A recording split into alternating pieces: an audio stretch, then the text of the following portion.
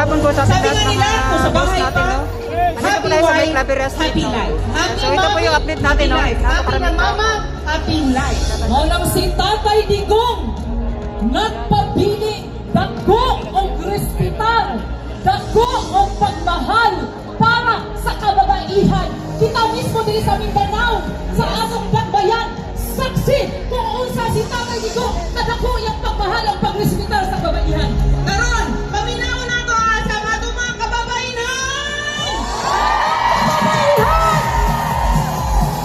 Daghang salamat, karon. Murag, bisa na ba ka ang mga balay, no? So, kaya naman kayo mga mama. Ang mama kayo mabilis balay. Anyway, ladies and gentlemen, kami po ay namimigay ng tubig. Huwag naman po natin itapon. Pasa-pasa lang tayo hanggang sa likod, okay? May mga tubig po ibinabigay. May mga tubig inapangatag from here. So, yan po yung update natin ng mga So, please, boss. kuha ko ng isa. Yan, maraming salamat sa mga nakasuporta. Wala po man ngayon, wala po signal. Mahirap po yung signal, hindi ka po nakakalive dito. Mga boss, And right now, sayang talaga. si Ma'am Nene. Hindi namin alam kung bakit walang signal. Please Yun, welcome sayang na sayang, Deputy sa mga Mayor sa nag-aabang, mga no? Timog Maranao, Ay. Mr. Randy Usman. Sana po ay balik na nila yung signal para makapag-live po kami. Napakahirap po.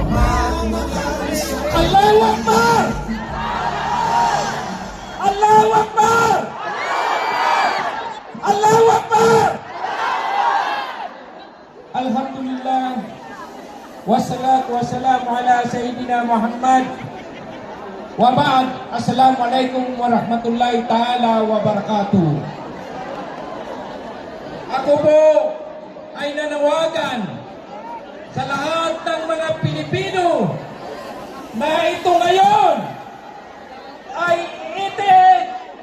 itit birthday ng ating Pangulong Rodrigo Duterte. Kami po na mga muro, hindi kami po titigil hanggang hindi po mauwi ang aming presidente na Rodrigo Duterte. Ngayon, kuntento ba kayo sa panggobyerno ngayon? Dapat bababahin natin ang ating presidente. Bakit ginawa niya ito sa ating presidente na Rodrigo Duterte na inulong niya doon sa ibang bansa? Wala bang tiwala dito sa ating judiciary? Wala bang tiwala? Kaya ngayon, magkaisa po tayo na manindigan na paalisin natin ang ating presidente.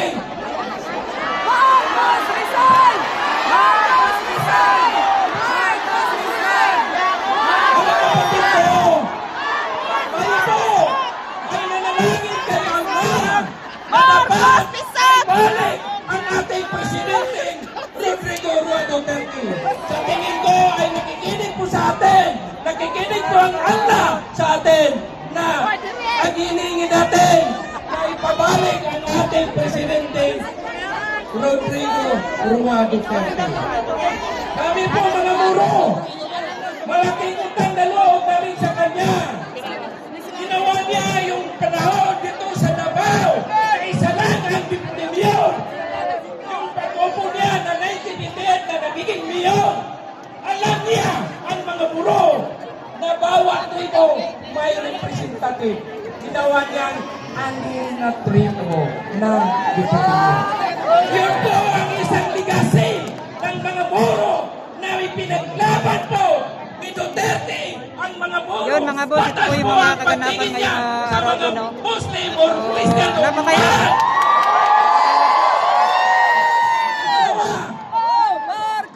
bago siya mahalan Resign. ng presidente. Napakahirap po ng sitwasyon, no? Kasi yung pinakamahirap dito yung signal, mga boss. Nagsabi po siya sa mga bangsamoro na kung ako ay magiging presidente, ibibigay ko sa inyo ang bangsamoro organic. So, ito po yung update natin ngayon dito sa Indrapo Street, no? Yung nakaupo po siya. Kahit sabi niya, makulong ako ay pipirmahan ko, ibibigay ko sa inyo para may peace ang Bangsamoro. Ngayon, nanawagan po ako sa mga Bangsamoro. Oras natin ngayon. Hindi ibig sabihin ng pagpabayad tayo ng utang na loob. Nagbigay siya sa atin para sa lahat ng mga Moro na nakikinabang sa lahat dito sa Pilipinas. Yung nakaupo po siya ng presidente, nag-appoint po siya ng mga department head, mga Supreme Court, Department of Justice, na 35 na mga Moro. Ganon kaganda ang pag-aapamalakad ng ating Presidente Rodrigo Roa Duterte. Tama ba yan? Ngayon, nararamdaman ninyo ba? May inapuin pa ang gobyerno ng mga Moro? Walang siguro. I-compare ninyo sa 35 na mga Moro na i-appoint sa ating President Rodrigo Duterte. Mga kaibigan, mga kapatid ko na mga Moro, ngayon, nakikiusap po ako. Silent is no option. Lalabas na tayo. Pakita natin na hindi tayo kontento sa administrasyon ngayon ni Marcos. Ginagaw niya ang General Appropriation Act. Alam niyo ito. Pero ngayon, ninakaw. Bakit ninakaw? Wala pang isang taon, 2 buwan lang. Naubos na ng 65% yung General Appropriation Act ng Budget 2025. Paano mag-sustain yung 35% sa 10 months? Saan na tayo kukuha ng pera? Mangutang naman tayo ulit. Binibinta tayo. Kaya ngayon, gising na kayo mga Pilipino. Tama ba?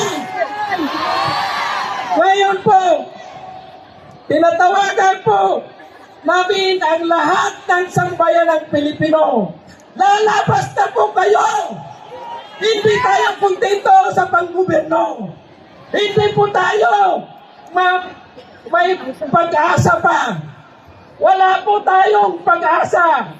Dapat paalisin natin ngayon siya. Sa atin, kontento na kami na ang ating Pangulong Rodrigo Roa Duterte. Yung pamamahala niya. Kasi kaya ba natin ipa-extend yung oras niya, yung time niya.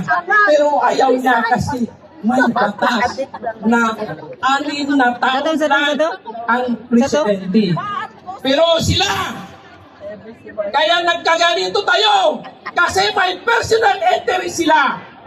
Hindi sila alis ng gobyerno. Matatandaan ninyo yung tatay niya. Nag-declare siya ng marsyalo.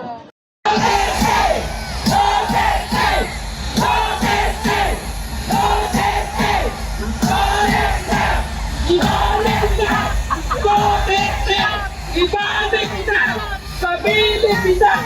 Dapat kita tayo.